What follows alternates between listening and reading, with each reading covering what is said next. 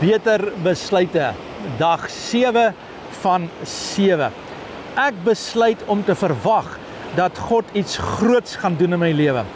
Wat as jou verwagting besig is om die deurbraak te blokkeer? Ons moet 'n verwagting van die Here hê. Daar is 'n paar woorde wat so kragtig is rondom ons verhouding met God. En daardie woorde is: Vader, ek dank U, die antwoord kom. U is my antwoord. Vader, ek dank U. Dankbaarheid. Jesaja 48 vers 17 sê: Ek is die Here jou God, wat jou leer om voordeel te trek, wat jou lei op die pad wat jy moet gaan. Die Here is besig om jou te leer. Die Here is besig om vir jou antwoord te kry.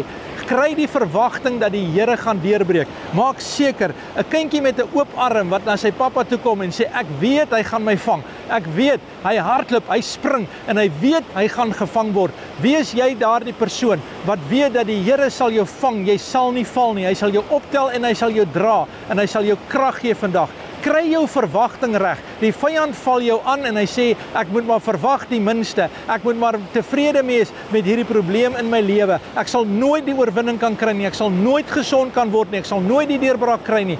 Verwag vandag die beste uit die hemel uit en begin die Here dankie sê. En van hierdie dag af, elke dag, prys die Here en sê: Dankie Here vir die deurbraak. Dankie Here dat U antwoord. Dankie dat U is my bron en U is my voorsiening. Dankie dat ek uit U hand uit ontvang in Jesus naam. Vader, ek dank U dat ek kan reageer op hierdie verwagting. Ek dank U Here dat U kan reageer op my dankbare hart, dat ek weet U is my bron en U is my antwoord. U is my lewe en ek gee U die eer daarvoor in Jesus naam.